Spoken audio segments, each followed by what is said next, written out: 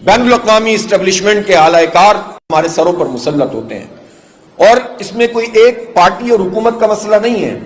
آپ ایک طبقے کو دیکھیں گے جو سیاسی جماعتوں کی صورت میں بھی ایک مخصوص طبقہ ہے، کسی کی بھی حکومت ہو وہی بالادست ہوتا ہے۔ آپ فوج میں بھی دیکھیں گے چند ہی لوگ ہوتے ہیں طاقتور، باقی فوج تو ٹھیک ہی فوج ہے، لیکن چند طاقتوروں کے ہاتھ میں پوری کمان ہوتی ہے اور اپنی مرضی کے فیصلے کرتے ہیں۔ آپ بیوروکریٹس میں دیکھیں گے ان کی اجارہ داری ہے۔ آپ جاگیرداروں اور وڈیروں اور خان اور سرداروں کی صورت میں دیکھیں گے یہ ان کا اس کو کہتے ہیں کنسورشیم، مختلف کمپنیاں ملا کر ایک چیز بنا لی تو اس کا ریٹ نہیں لگائیں گے، اور پھر اگر اس کا کوئی فوڈ سیکیورٹی کے حوالے سے ادارہ موجود ہے تو اس کو بھی بند کرنے کی بات کریں گے، اس لیے کہ کوئی اور ان سے کہہ رہا ہے۔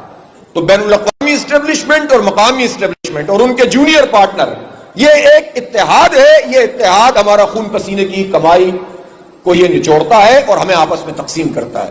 ہم پختون ہو جاتے ہیں اور بلوچ ہو جاتے ہیں، ہم مہاجر اور سندھی ہو جاتے ہیں، ہم پنجابی اور سرائکی ہو جاتے ہیں، ہم اہل حدیث دیوبندی بریلوی ہو جاتے ہیں، اور یہ سب ایک ہوتے ہیں اور مل کر کھاتے ہیں اور مل کر جو ہے موجے کرتے ہیں۔ جزوی اختلاف ان کا وقتاً فوقتاً ہوتا رہتا ہے۔ تو پاکستان کے عوام کو یہ سمجھنا چاہیے کہ جو جمہوریت ہمارے ملک میں موجود ہے یہ وہ جمہوریت نہیں ہے جو ہونی چاہیے۔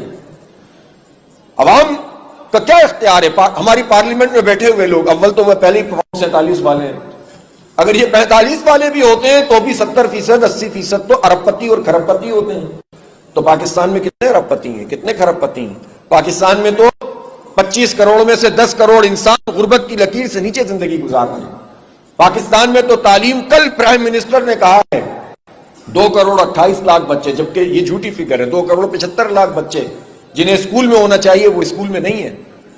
پاکستان میں تو لوگوں کو صحت کی بنیادی سہولت نہیں ہے، تعلیم کی بنیادی سہولت نہیں ہے، روزگار لوگوں کو میسر نہیں ہے، اور خوراک کے معاملے میں جو ہے وہ فوڈ سیکیورٹی کا خیال نہیں رکھا جاتا۔ تو ایسی صورتحال میں آپ کیا سمجھتے ہیں کہ عوام کی ترجمانی کون کرے گا؟ لہٰذا اس بات کی ضرورت ہے، اور دین کا یہ تقاضا ہے کہ عدل اور انصاف پر مبنی اگر کوئی نظام ہے تو وہ اسلام ہے۔ اسلام اس لیے نہیں ہے کہ آپ نے یہاں پڑھ لیا اور پڑھ کر پھر آپ نے پڑھا دیا اور پھر مزید لوگوں کو پڑھا دیا اور بات ختم ہو گئی۔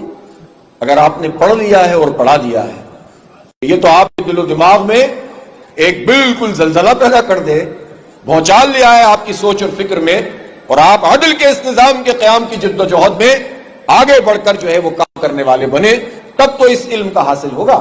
ورنہ ظلم کی ان ساری شکلوں کو قبول کرنے والا کیسے اسلام میں داخل ہو سکتا ہے اور اسلام کے لیے کام کر سکتا ہے؟